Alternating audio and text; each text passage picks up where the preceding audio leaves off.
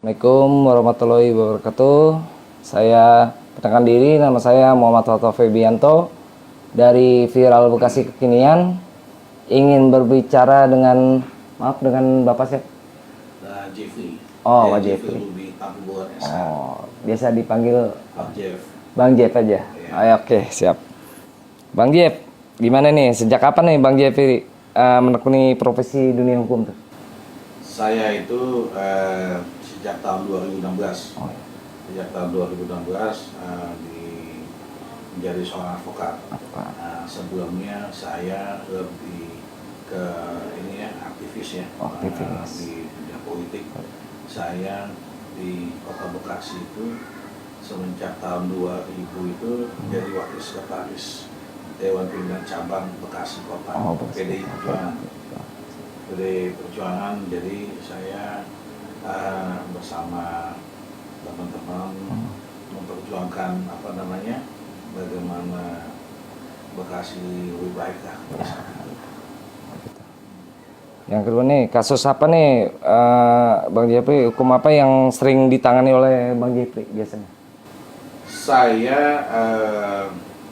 pada saat ini lebih ke hampir semua kasus ini, Semua kasus. perdata, pidana ya, maupun tata usaha negara gitu. Dan juga artinya juga pajak juga saya tangani, kasus-kasus pajak juga saya tangani. Jadi pada saat-saat ini memang lebih ke pidana. Karena juga saya juga di Polres Kota Bekasi, kalau ada ancaman-ancaman hukuman 5 tahun, saya diminta untuk mendampingi, diminta oleh Polres Kota Bekasi untuk mendampingi para terduga atau tersangka. Bagaimana pendapat Bang Jeffrey? Apakah proses sebuah kasus hukum di Kota Bekasi sudah berjalan cepat atau sesuai prosedur yang berlaku, Pak? Iya, kalau menurut saya semua pembenahan ya. Jadi semua sekarang udah terjadi pembenahan yang cukup signifikan. Makin lama makin baik. Dan kita berharap ke depannya ini akan lebih baik lagi. Karena kan ya menurut saya tidak ada kata sempurna ya. Tapi semua proses ini, saya melihat proses ini menuju yang lebih baik. Itu aja mungkin yang saya bisa terangkan, bahwa saat ini proses-proses hukum menuju yang lebih baik. Gitu ya. Oke. Ada nggak pendapat masyarakat bahwa hukum tajam ke bawah dan tumpul ke atas? Bagaimana pendapat Bang Jeffrey? Itu saya nggak menutup mata juga, tapi hal-hal semacam itu kadang terjadi. Tapi pada saat ini saya siap, dalam hal ini kantor hukum saya siap membantu orang-orang yang tidak mampu untuk membela kepentingannya. Bila dia emang dia dianggap melakukan kesalahan, tapi padahal dia tidak melakukan kesalahan tersebut, kami siap bela, kami siap bantu. Kantor hukum kami siap untuk terdepan untuk melakukan hal-hal semacam itu. Itu yang mungkin yang bisa saya sampaikan. Jadi pada prinsipnya bahwa kami ingin sekali, kantor hukum kami ingin sekali bahwa membantu proses-proses ini, kita akan bantu dengan baik lah, supaya masalah hukum yang ada di Bekasi ini menjadi lebih baik. Seperti itu. Mungkin masyarakat belum ada yang tahu nih, ada yang tahu ada yang belum.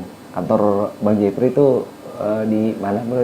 Kantor hukum saya ada di Jalan Buah Bangka 2 nomor 209 Permas 3 Bekasi Timur. Bekasi Timur. Bisa di ini ya. Nanti juga nomor telepon saya juga nanti ada. Bisa di ini. Ya. Bagaimana pendapat Bang Jeffrey nih kinerja birokrasi perintah Kota Bekasi saat ini, Pak?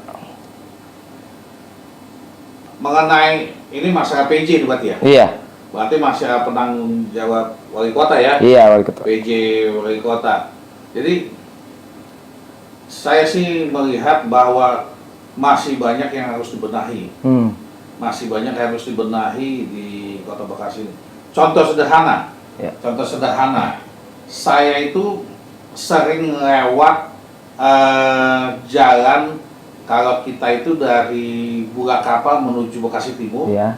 itu di pinggir-pinggir jalan itu ada yang namanya depot-depot bis ya. Iya. Depot-depot bus tuh. Nah, depot-depot bus. Nah, sebetulnya di sub ini apa sudah melalui kajian mengizinkan masalah depot-depot itu. Artinya di situ juga ada transit bus transit di situ. Bus transit ada kayak sub terminal. Ya.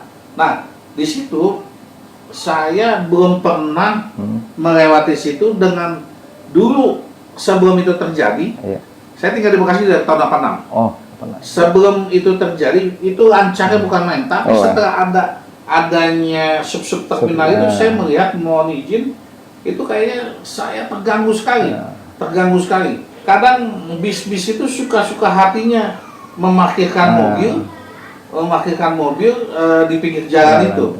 Dan mohon maaf, kalaupun mau masuk juga sesuka hatinya aja masuk, memberhentikan mobil, terus juga kadang bisa parkirnya bisa dua di pinggir jalan itu. Nah ini saya minta untuk Dinas Perhubungan Kota Bekasi untuk meninjau dan mengkaji hal ini gitu. Saya mohon karena saya melihat ini semrawut. Dan juga saya tidak pernah melihat teman-teman lain dari Disub itu untuk mengatur di situ. Saya belum pernah lihat nih lain Disub itu mengatur jalan-jalan tersebut.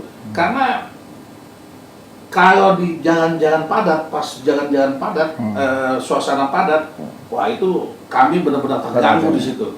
Kami benar-benar terganggu. Dan penumpang bis itu kadang-kadang juga saya melihat bahwa tidak diatur dengan baik.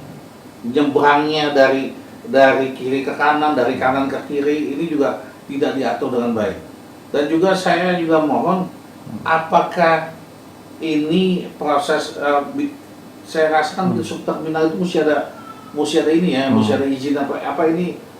Kalau ini diizinkan semua PO bis untuk membuat subterminal di lokasi itu, saya yakin ini akan semrawut. Jadi saya mohon Dinas Perhubungan Kota Bekasi untuk meninjau hal ini. Baik. Bagaimana menurut Bang Jeffrey sistem drainase Kota Bekasi yang buruk, bahkan di beberapa wilayah kan pemukiman kita tidak ada saluran air atau selokan tuh biasanya di perumahan gitu. Nah ini menarik juga nih. Menarik juga. Saya dari 86 sampai tahun 2020 tinggal di Perumnas 3. Oh, Perumnas 3 ya. Perumnas 3 Bekasi Timur. Nah, ini menarik bagi saya nih. Drainase itu tidak dibuat secara terencana.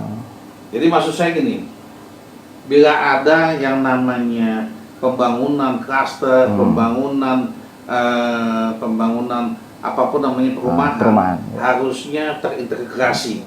Sudah diatur oleh Dinas Tata Ruang bahwa yang harus dibuat salurannya itu, mohon maaf, salurannya kecil-kecil. Harusnya saluran itu saluran yang gorong-gorong besar itu, gorong-gorong besar itu, supaya bisa menampung air. Saya kurang mengerti ya apa yang mungkin yang lebih paham teman-teman yang ahli teknik bangunan yang paham seperti itu. Kalau saya melihat bahwa banyak jalan, saya nggak mau kemana-mana. Saya pernah jalan, yang saya pernah lihat ada di Perumnas 3 itu kan lagi ada perbaikan. Saya cukup signifikan, tapi saya berharap nantinya kalau ada pembangunan perumahan, harusnya pihak dinas tata pengawasannya, Dewasbangnya harusnya melihat ini salurannya itu sudah sesuai atau tidak. Karena saluran ini yang penting, dan saluran ini menuju mana, gitu. Menuju mana. Jadi ini yang harus pihak pengawasan pembangunan dari Dinas Tata Ruang harus mengawasi ini dengan ketat gitu. Jangan bangun aja. jangan kalau mau di